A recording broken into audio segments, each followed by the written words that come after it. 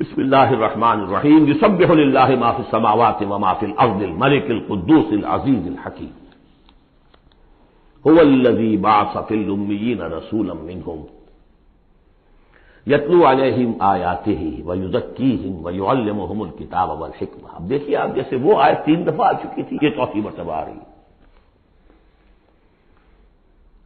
وہ بنیادی طریقہ کار کیا تھا؟ قرآن کی تلاوت۔ قرآن اس مقناطیس کے مانند تھا کہ جس کے اندر جس کی روح بیدار ہے اس کو کھینچ لے گا۔ یہ ہے آپ کا آلہ دعوت۔ اب آپ کے پاس وہ آ گئے جو سلیم الفطرت، کسی درجے میں سلام، جن کی زیادہ سلیم الفطرت اور زیادہ جو ہے وہ فوراً آ گئے۔ کچھ کو تھوڑا سا وقت لگا، پھر کچھ اور وقت لگا، کچھ اور وقت لگا، تو 12 برس میں مکے کی جو ہے وہ ہانڈی کے اندر پوری طرح بلو کر نکال دیا، اور جو نکالا پھر ان کی تربیت، ان کی تعلیم اسی کتاب سے، حکمت قرآن پر بیس کر رہا ہے سارا پروسیس۔ تربیت بھی قرآن سے، تزکیہ بھی قرآن سے، دعوت بھی قرآن سے، تذکیر بھی قرآن سے، تبشیر بھی قرآن سے، انذار بھی قرآن سے۔ تذکیر، انذار، تبشیر، اس سے دعوت ہو گئی، اور شفاء لما فی الصدور، دل کے اندر کی جو روگ ہے ان کا علاج۔ یہ دل کا روگ ہے کیا؟ دنیا کی محبت، اللہ خیر صلی اللہ، مال کی محبت، اولاد کی محبت، سب کیا ہے؟ ہاتھی کے پاؤں میں سب کے پاؤں دنیا کی محبت۔ یہ قرآن نکال دیتا ہے۔ هو الذی بعث فی الامیین رسولا منہم، وہی ہے جس نے بھیجا، اٹھایا امیین میں سے ایک رسول، انہی میں سے۔ یتلو علیہم آیاتہ، ان کو پڑھ کر سناتا ہے اللہ کی آیات، یہ وہ مقناطیس۔ وَيُعَلِّمُهُمُ الْكِتَابَ وَالْحِکْمَہ، ان کو تعلیم دے رہا ہے کتاب اور حکمت کی۔ وَيُزَکِّیہم وَيُعَلِّمُهُمُ الْکِتَابَ، وہ تزکیہ کر رہا ہے۔ تلاوت آیات کے ذریعے سے غلط نظریات ختم ہوئے، غلط نظریات ختم ہوئے۔ ان غلط نظریات پر جن ہمارے اعمال کی بنیاد تھی، ہر عمل کے پیچھے کوئی نظریہ ہے، کوئی ویلیو ہے جو آپ کے ذہن میں ہے، جس کے تحت آپ کوئی بھاگ دوڑ کر رہے ہیں، کوئی عمل کر رہے ہیں۔ وہ ویلیو غلط ہے تو عمل غلط ہوگا، ویلیو صحیح عمل صحیح ہوگا۔ قرآن نے ویلیو آپ کی صحیح کر دی، تو گویا کہ اب یہ برے اعمال، بری عادات، یہ جیسے پت جھڑ میں پتے جھڑ جاتے ہیں، خود ہی جھڑ جائیں گے، کیسے رہیں گے؟ اندر سے تو غذا ہی نہیں مل رہی، اندر تو جڑ ختم ہو گئی ان کی۔ یہ ہے تزکیہ۔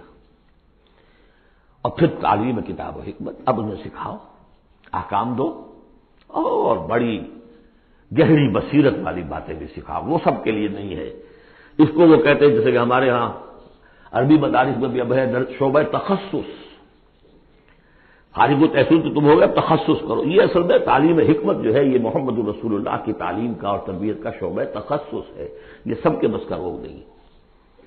وَمَن يُؤْتَ الْحِکْمَةَ فَقَدْ أُوتِیَ خَیْرًا کَثِیرًا یُؤْتِی الْحِکْمَةَ مَن یَشَاءُ وَمَن يُؤْتَ الْحِکْمَةَ فَقَدْ أُوتِیَ خَیْرًا کَثِیرًا۔ یہ اللہ تعالیٰ کسی کسی کو صلاحیت دیتا ہے۔ وَإِن كَانُوا مِن قَبْلُ لَفِي ضَلَالٍ مُبِینٍ، اور یقیناً اس سے پہلے تو وہ کھلی گمراہی میں تھے۔ وَآخَرِینَ مِنْهُمْ، اور محمد کو بھیجا ہے اللہ نے صرف امیین کے لیے نہیں، اوروں کے لیے بھی جو ہے تو انہی میں سے پوٹینشلی، لما یلحقوا بہم، ابھی ان میں شامل نہیں ہوئے۔ حضور سے ان کے بارے میں پوچھا گیا، حضور نے مجلس میں بیٹھے ہوئے تھے، سلمان فارسی ان کے کندھے پر ہاتھ رکھا، فرمایا حکمت اگر سریا پر بھی ہوگی تو اس کی قوم کا کوئی شخص اسے لے آئے گا۔ اور کم سے کم یہ کہ تمام جو حنفی مسلمان علماء وہ سمجھتے ہیں کہ اس حضور کی حدیث کا مصداق امام ابو حنیفہ ہے رحمۃ اللہ علیہ۔ بہرحال اس میں کوئی شک نہیں کہ ایرانی قوم جو ہے بحیثیت مجموعی بہت ذہین، فتیح، فلاسفر ایک سے ایک بڑھ کر، متکلم سارے کے سارے ایرانی ہیں۔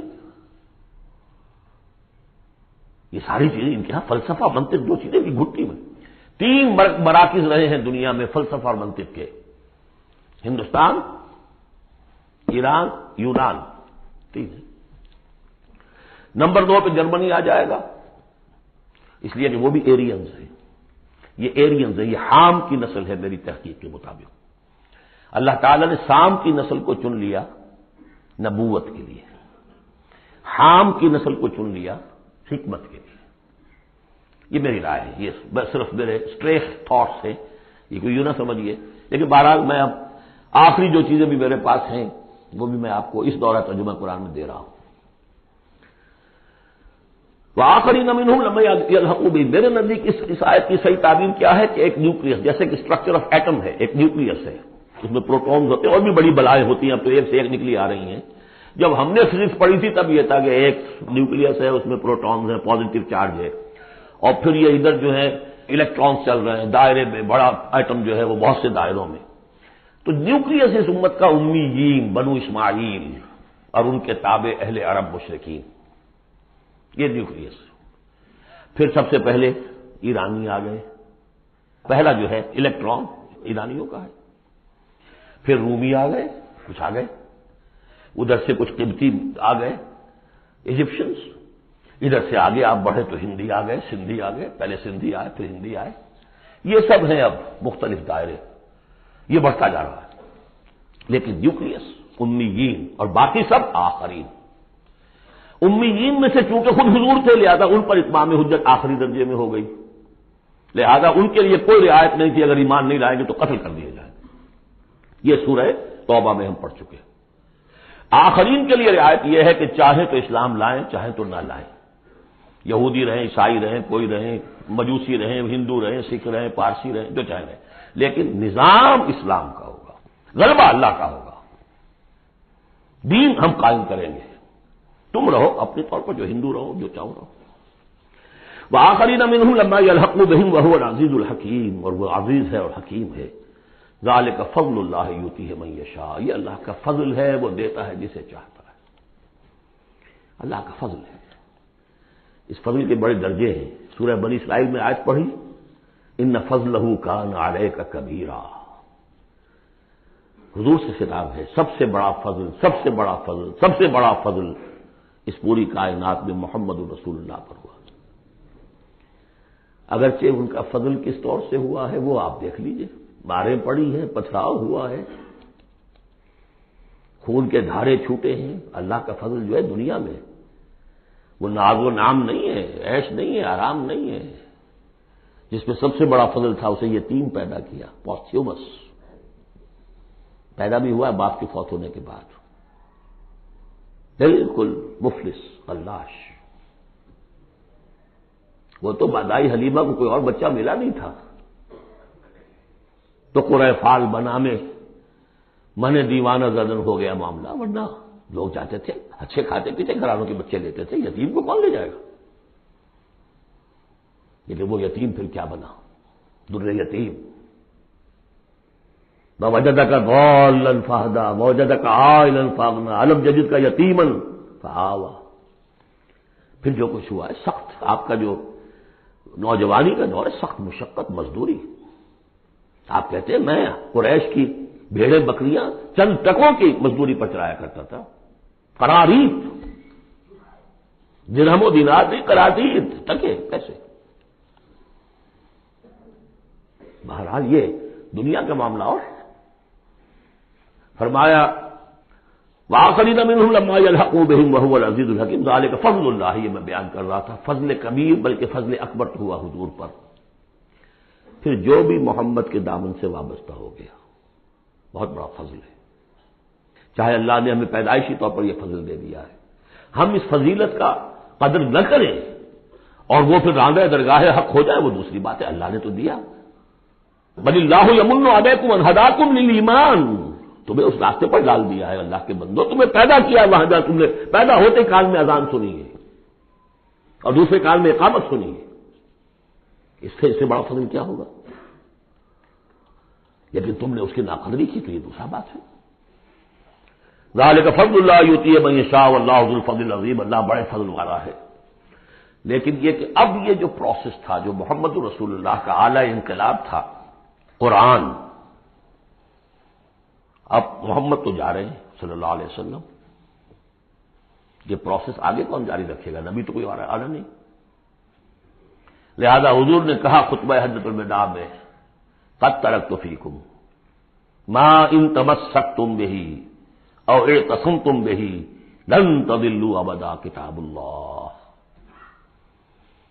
میں چھوڑ کر جا رہا ہوں، یہ محمد کے قائم مقام ہے یہ قرآن. یہ عصائے موسیٰ سے 100 گنا بڑا معجزہ ہے. عصائے موسیٰ صرف موسیٰ کے ہاتھ میں تھا تو معجزہ تھا، بعد میں تو وہ لٹھیا کی لٹھیا ہے. اور کیا ہے؟ پڑا ہوگا کسی ٹرنک کے اندر، شاید ہو اب بھی، جیسے کہ کہتے ہیں یہودی ہے لاٹھی ہے. اب وہ سانپ تو نہیں بنے گا کسی کے لیے. یہ معجزہ ہے جو ہر ایک کے ہاتھ میں آ سکتا ہے، بشرطے کہ اس کا حق پہچانے، اس کا حق ادا کرے، اس کی قدر و قیمت کو جانے۔ افبہذا الحدیث انتم مدہنون وتجعلون رزقکم انکم تکذبون، اس کے ساتھ تمہارا یہ معاملہ ہے، یہ مداہنت ہے۔ دنیا بھر کی زبانیں سیکھ لو، دنیا بھر کے علوم سیکھ لو، اتنی عربی نہیں کہ قرآن مجید کو براہ راست سمجھ سکو۔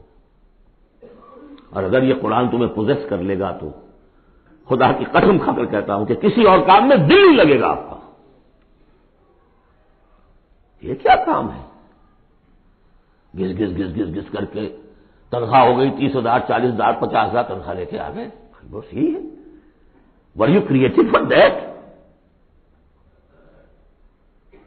ابراہیم بن ادم کا آپ نے سنا ہوگا نام، بادشاہ تھے کسی علاقے کے، شکار پر گئے ہوئے تھے تو وہاں کہیں آواز انہیں سنائی دی، کسی فرشتے کی تھی یا یہ کہ خود ان کے اپنے دل کی آواز تھی، یا ابراہیم لہذا خلقتا، لہذا امرتا، اے ابراہیم سوچو کیا اس کام کے لیے تمہیں پیدا کیا گیا تھا؟ کیا تم اس کام کے لیے پیدا کیے گئے تھے اور تمہیں اس کام کا حکم ہوا تھا شکار کرو جا کر؟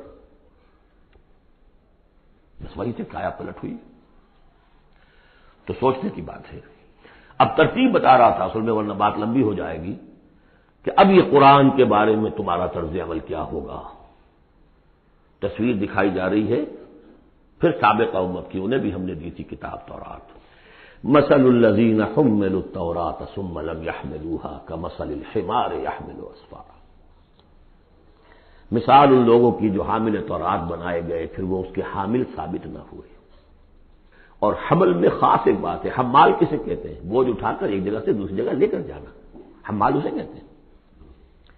اسر اور حمل میں نے فرق بتایا تھا آپ کو سورہ بقرہ جب پڑھ رہے تھے آخری کا، کہ اسر وہ بوجھ ہے جس کے نیچے انسان دب کر رہ جائے، چل نہ سکے، اسر ہے، اور حمل وہ ہے جس کو لے کر چل سکے۔ اب عورت کا بھی حمل ہوتا ہے، وہ لے کر چلتی ہے۔ بہرحال جب ایڈوانس پریگننسی ہوتی ہے، دکھ تو ہے، تکلیف ہے، وہدن علی وہن تو ہے، چل سکتی ہے، اس لیے حمال ہے، وہ لے کے جا رہا ہے۔ تو حمل التوراۃ، یہ اللہ تعالیٰ جس کو کتاب دیتا ہے، حامل بناتا ہے، اس کے ذمے سے پہنچاؤ۔ لتبیننہ، تمہارا فرض ہے اسے واضح کرو، اسے عام کرو۔ یا اہل القرآن، حضور نے فرمایا ہے قرآن والوں، لا تتوسطوا القرآن، قرآن کو تکیہ نہ بنا لینا، ایک ذہنی سہارا۔ ہمارے پاس اللہ کی کتاب ہے، 40 من سونا ہم نے لگا دیا ہے اس قرآن کو تاروں سے لکھنے پر، معلوم ہے آپ کو؟ رکھا ہوا ہے ہمارے ہاں، ایوبی دور کی یادگار۔ لاہور میں جو اسمبلی چیمبر کے باہر جو ہے، چاہیے دیکھ لیجیے، میں نے تو آج تک نہیں دیکھا، مجھے تو یہ قرآن بہت اچھا لگتا ہے اپنا۔ جامع جم سے یہ میرا جامع صفات اچھا ہے، بشرطے کہ اس قرآن کے ساتھ آپ کا تعلق ہو ذہنی اور قلبی اور روحانی۔ بہرحال قرآن مجید کے حامل بنائے گئے تھے اس لیے کہ غوروں تک پہنچاؤ۔ ثم لم يحملوها، انہوں نے نہیں اٹھایا، کمثل الحمار، ان گدھوں کے مانند ہے، يحمل اسفارا، جو کتابوں کا بوجھ اٹھائے پھر رہا۔ مکالمات فلاطون بھی لکھ دیجئے آپ، انسائکلوپیڈیا برٹانیکا پورا رکھ دے، گدھے کو کیا فائدہ اس سے؟ مثل القوم الذین کذبوا بآیات اللہ، مثال اس قوم کی جس نے اللہ کی آیات کو جھٹلایا، بے حساب، بہت بری ہے۔ اب یہ جھٹلانا میں پہلے واضح کر چکا ہوں سورہ واقعہ پڑھتے ہوئے، یہ جھٹلانا ہے، یہ ہمارا قرآن کو جھٹلا رہے ہیں ہم اپنے عمل سے۔ ایک شخص آپ سے پوچھے گا آپ قرآن کو اللہ کا کتاب مان لیے؟ میں مانتا ہوں، آپ نے کبھی پڑھا اس کو؟ آپ 7 سمندر کا سفر پار کر کے یہاں MBA کرنے تشریف لے آئے ہیں امریکہ میں، MBA معلوم ہوتا ہے کہ کوئی پتہ نہیں، کوئی جنت کی کوئی سیٹ ہے، کیا ہے؟ قرآن آپ نے نہیں پڑھا تو کیسا ایمان ہے آپ کا قرآن پر؟ کیا جواب دیں گے؟ تکذیب کر رہے ہیں اپنے عمل سے۔ بئس مثل القوم الذین کذبوا بآیات اللہ واللہ لا یہدی القوم الظالمین، اللہ ایسے ظالموں کو زبردستی تو ہدایت نہیں دیتا۔ اللہ کی ہدایت ایسی گھٹیا شے تو نہیں ہے، اتنی حقیر شے تو نہیں ہے۔ اب دیکھیے 4 آیتیں، یہ یہاں پر بھی 4 4 جمع 3 کی تقسیم ہے، 4 آیتیں پوری ہو گئی تھی، حضور کی بعثت 2 میں ہے، امیین نیوکلیس ہے، آخرین سب الیکٹرانز ہیں اس کے چاروں طرف. یہ ملٹی نیشنل امت ہے. ملٹی نیشنل فرم تو آپ کو معلوم ہے, ملٹی نیشنل. جبکہ سابق جو امت تھی بنی اسرائیل, وہ یونی ریشیل, ایک نسل کی. یونی ریشیل, یونی نیشنل, یہ multi racial, multi national. Hindi بھی, فارسی بھی, ایرانی بھی, ترک بھی, چینی بھی. اب تو دنیا کا میں نہیں سمجھتا کہ کوئی قوم رہ گئی ہو, کوئی نسل رہ گئی ہو جس میں کچھ نہ کچھ مسلمان موجود نہ ہوں. اور دوسری بات یہ کہ حضور کا بنیادی کیا ہے؟ اعلی دعوت, اعلی تربیت, جس سے کہ مردان کار تیار کیے جو جہاد اور قتال کریں گے, وہ ہے قرآن. اب آگے 4 آیتوں میں وہ جو طرز عمل ہمارا ہو گیا اس کی تصویر دکھائی جا رہی ہے بنی اسرائیل کے طرز عمل میں. مثل الذین حملوا التوراۃ ثم لم یحملوها کمثل الحمار یحمل اسفارا بئس مثل القوم الذین کذبوا بآیات اللہ واللہ لا یہدی القوم الظالمین. مثل اس کے بعد نتیجہ کیا نکلتا ہے؟ جو آیات الہیہ سے رشتہ ٹوٹے گا تو سہارا کیا چیز رہ جائے گی؟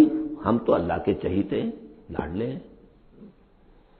ہمیں تو جہنم میں کوئی جھونک ہی نہیں سکتا. جھونکے گا بھی تو دوسروں کی آنکھ میں دھول جھونکنے کے لیے چند دن کے لیے, ہمیں بھی ڈال کے فوراً نکال دیں. اللہ کو بھی چوری کرنی ہے, خیانت کرنی ہے, ہمارے لیے کرنی ہے. اور ہم جیسے بھی کچھ ہیں, جو بھی کچھ ہیں, زانی ہیں, شرابی ہیں, جو بھی کچھ ہیں, لیکن تیرے محبوب کی امت میں, جب تیرے محبوب کی امت میں ہے, سیلویشن از گارنٹیڈ. شفاعت تو ملنی ہی ملنی ہے. بہت زیادہ قرضہ ہے تو کسی بزرگ کی مزار پہ دیگے بھی چڑھا ہے, بس اور کیا چاہے, اور کیا لیں گے. یہ ہے وہ سارا معاملہ, یہ ہے وہ امانی, یہ ہے وہ من گھڑت خیالات, یہ ہے وہ وشفل تھنکنگ سے جو عقیدوں کی شکل بن جاتی ہے, جس کی وجہ سے عمل سے. وہ جو اقبال نے کہا کہ پتہ نہیں نام کیا ہے اس کا, خدا فریبی کے خود فریبی, عمل سے فارغ ہوا مسلمان بنا کے تقدیر کا بہانہ. وہ تقدیر کی بجائے آپ یہاں یہ عقائد جوڑ لیجئے تو پھر عمل کی کیا ضرورت ہے؟ بے وقوف ہوگا جو عمل کرے. رشوت نہ لے, ایش نہ کرائے بچوں کو, بے وقوف ہے, احمق ہے, پاگل ہے. قل یا ایھا الذین ھادوا ان زعمتم انکم اولیاء للہ من دون الناس, کہہ دیجئے اے نبی, اے وہ لوگو جو یہودی ہو گئے ہو, اگر تمہارا واقعی یہ گمان ہے کہ تم اللہ کے دوست اور اللہ تمہارا دوست ہے. ان زعمتم, زوم کا لفظ اردو میں بھی بولتے ہیں خیال خام کے لیے, بڑا زوم ہو گیا اس. ان زعمتم, اگر تمہیں یہ خیال خام لاحق ہو گیا ہے, انکم اولیاء للہ من دون الناس فتمنوا الموت ان کنتم صادقین. یہ سورہ بقرہ میں آ چکا مضمون. اگر ایسے واقعی خیال ہے تو تمہیں موت کی تمنا کرنی چاہیے. دوست سے ملنے کی آرزو ہوتی ہے یا ہجر کی؟ وصال چاہیے یا ہجر چاہیے؟ ولا یتمنونہ ابدا بما قدمت ایدیہم, یہ ہرگز تمنا نہیں کر سکتے موت کی. کیوں؟ بسبب اس کے جو ان کے ہاتھ آگے بھیج چکے ہیں. انہیں معلوم ہے ہم نے کیا کرتوت آگے بھیجے.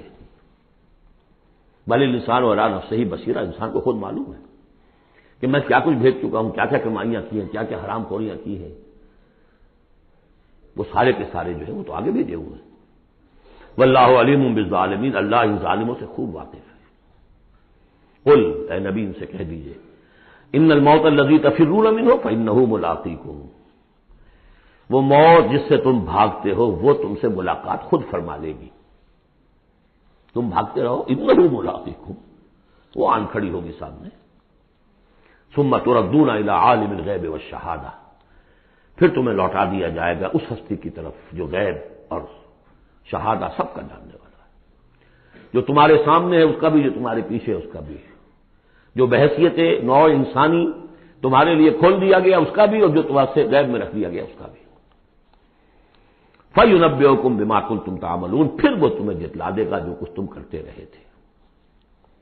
یہ دوسرا حصہ ہو گیا 4 آیات کا. گویا کہ جو کتاب محمد رسول اللہ دے کر گئے ہیں, قد ترکتم, اور جس کے لیے حکم دے کر گئے تھے کہ اب تمہارے ذمے ہے, میرے کندھے پر سے یہ بوجھ اتر کر تمہارے کندھوں پر آ گیا ہے. الا هل بلغت, انا نشهد انك قد بلغت واديت ونصحت, انا نشهد انك قد بلغت الرسالة واديت الامانة وكشفت الغمة. یہ تو گواہیاں لی ہیں. اس کے بعد اللہم اشہد اللہم اشہد، اے اللہ تو بھی گواہ ہے، یہ مان رہے ہیں۔ اور پھر فَلْيُبَلِّغِ الشَّاهِدُ الْغَائِبَ، ایک سائی آف ریلیف، میرے کندھے پر جو بوجھ تھا، اِنَّا سَنُلْقِي عَلَيْكَ قَوْلًا ثَقِيلًا، کل یہ آیت ہم نے پڑھنی ہے، آج وہ بوجھ میرے کندھے سے اتر گیا، لیکن تمہارے کندھوں پر آ گیا۔ مجھے تو صرف امیین تک یہ فرض براہ راست انجام دینا تھا، تمہیں پوری نوع انسانی تک انجام دینا ہے۔ ہیوی برڈن، اس کے لیے یہ ہے دوسرا حصہ 4 آیات کا۔ اب تیسرے حصے میں اس قرآن کی تعلیم عام، تعلیم بالغان کا جو نظام قائم کیا گیا اس کا ذکر ہے۔ جمعہ کیا ہے اصل میں؟ اب رہ گئی رسم ادا روح بلالی نہ رہی، فلسفہ رہ گیا تلقین غزالی نہ رہی، یہ جمعہ کیا ہے؟ یہ حزب اللہ کا ہفتے وار اجتماع ہے۔ کمیونسٹوں کو بھی ایجاد کرنے پڑے تھے ہفتے وار اجتماع، ہفتے وار اجتماع، اسٹڈی سرکلز۔ اس لیے انقلابی کارکن کے ذہن میں جب تک اس کا نظریہ تازہ نہ رہے وہ قربانی کیسے دے گا؟ قربانی تو ہر لحظہ آئے گی، ہر آن آئے گی، قدم قدم پر آئے گی۔ لہذا اس نظریے کا، نصب العین کا، اپنے مقصد کا شعور بالکل کانشس لیول کے اوپر مستحضر رہنا چاہیے۔ لہذا اجتماعات، اب ظہر کی نماز کی بجائے جمعہ، وہاں 4 فرض یا 2 کر دیے، 2 کی جگہ خطبہ۔ خطبہ کس لیے؟ تعلیم قرآن، تعلیم بالغان۔ ظاہر ہے وہاں کالجز نہیں تھے، کتابیں نہیں تھی، پریس نہیں تھے، چھاپے خانے نہیں تھے، آڈیوز نہیں تھے، ویڈیوز نہیں تھے، کچھ بھی تو نہیں تھا، لیکن ایک نظام ہے۔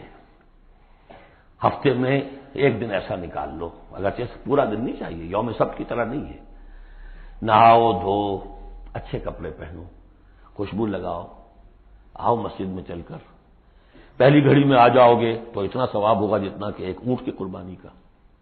ہم نے آنکھوں سے دیکھا ہوا بچپن میں 7-8 بجے کے قریب مسجدوں کے اندر ہجوم ہوتے تھے، لوگ پہنچ جاتے تھے گاؤں سے، اس گاؤں میں جمعہ ہوتا نہیں تھا۔ اب تو ایک خاص مسلک ہمارے ہاں جو آیا اہل حدیث حضرات کا، انہوں نے 4 آدمیوں پہ بھی جمعہ کھڑا کر دیا، تو اب خام خواہ کاہے کو جائے گا کوئی آدمی شہر کے اندر؟ پہلے تو یہ تھا کہ جو مسئلے جامع نہ ہو، جو ایک شہر نہ ہو جس کے اندر کہ کوئی حکومت کا ایک بڑا افسر نہ رہتا ہو، اس کے بغیر جمعہ نہیں ہوتا۔ پر ان مسئلوں کو چھوڑ دیجئے، آئیے جمع ہوئیے، کوئی نائب رسول منبر رسول پر کھڑے ہو کر وہی عمل کرے، یتلو علیہم آیاتہ ویزکیہم ویعلمہم الکتاب والحکمہ، تاکہ یہ پروسیس اب ابدی ہو جائے امت کے اندر۔ اس لیے جمعے کی یہ اہمیت ہے کہ فرمایا گیا کہ 3 جمعے بھی چھوڑ دو گے بغیر عذر کے لیختمن اللہ علی قلبہ، اس شخص، ایسے شخص کے دل کے اوپر اللہ تعالیٰ مہر کر دیتا ہے۔ لیکن بات یہی ہے کہ وہ ساری حکمت ختم، وہ مقصد ختم، نہ وہ مقصد ہے، رہ گئی رسم ادا روح بلالی نہ رہی، اور فلسفہ رہ گیا تلقین غزالی نہ رہی۔ جمعہ ہے، پھر بھی کھنڈر بتا رہے ہیں عمارت عظیم تھی، اب بھی جو اہتمام ہوتا ہے جمعے کے لیے کھنڈر ہی صحیح، لیکن بتا رہے ہیں کہ یہ کتنی بڑی عظیم عمارت تھی۔ بس اب ترجمہ کر لیجئے، وقت بہت کم ہے، جو اس کا ربط ہے وہ میں نے بیان کر دیا۔ یا ایھا الذین آمنوا اذا نودی للصلاۃ من یوم الجمعۃ فاسعوا الی ذکر اللہ وذروا البیع، اے ایمان والو جب تمہیں پکارا جائے نماز کے لیے جمعے کے دن، یعنی جمعے کی نماز کے لیے، تو لپو اور دوڑو، ہر طرح کے کاروبار کو چھوڑ کر اللہ کے ذکر کی طرف، اور چھوڑ دو کاروبار۔ اور یہاں ذکر سے مراد نماز تو ذکر ہے ہی، اصل میں خطبہ ہے۔ ذالکم خیر لکم ان کنتم تعلمون، یہی تمہارے لیے بہتر ہے اگر تم علم رکھتے ہو۔ فَإِذَا قُضِيَتِ الصَّلَاةُ فَانتَشِرُوا فِي الْأَرْضِ وَابْتَغُوا مِن فَضْلِ اللَّهِ، یہودیوں کا جو یوم سبت والی وہ سختی نہیں ہے، صبح کا زیادہ وقت تو مطلوب ہے کہ لگے اس کام میں، لیکن جمعے کے بعد پھر آپ جائیں کہ کام میں لگے۔ یہی میں نے کہا تھا نواز شریف صاحب سے کہ آپ کو جمعے کی آدھی چھٹی کرنی ہے تو بعد کی چھٹی کیجیے، پہلے کی چھٹی کیجیے، بعد میں لوگوں کو دفتر بلا لیجیے، کام کرائیے ان سے، قرآن کے مطابق تو وہ ہوگا۔ جب نماز ادا ہو چکے اب تم زمین میں منتشر ہو سکتے ہو، جاؤ اللہ کا فضل تلاش کرو، ابتغوا من فضل اللہ واذکروا اللہ کثیرا لعلکم تفلحون، اور اللہ کو یاد کرو کثرت سے تاکہ تم فلاح پاؤ۔ وَإِذَا رَأَوْا تِجَارَةً لَمْ يَرْجِعُوا، یہ بھی کمزوری آ گئی جو مسلمانوں کے اندر ایک پیدا ہوئی تھی، اس کا طرف اشارہ کر دیا گیا اس صورت میں بھی۔ جب انہوں نے دیکھا کوئی تجارت کا معاملہ یا کوئی اور کھیل کود، انفضوا الیہا، تو خاص منافقین جو تھے وہ دوڑ کے چلے جاتے تھے، وترکوک قائما، اور آپ کو چھوڑ جاتے تھے کھڑے ہوئے۔ اور اس لیے کہ عام خیال یہ ہے کہ عام طور پر پہلے جو ہے خطبہ جیسے عیدین میں بعد میں ہوتا ہے، ایسے ہی جمعے کا خطبہ بھی بعد میں ہوتا ہے. سمجھا انہوں نے نماز تو ہو گئی، چلو. فرمایا نہیں، قل ما عند اللہ خیر من اللہو والتجارہ، ان سے کہہ دیجئے جو اللہ کے پاس ہے وہ کہیں بہتر ہے اس کھیل کود سے بھی، تجارت سے بھی. واللہ خیر الرازقین، اور اللہ بہترین رزق عطا کرنے والا ہے. بارک اللہ لی ولکم فی القرآن العظیم ونفعنی وإیاکم بالآیات والذکر الحکیم.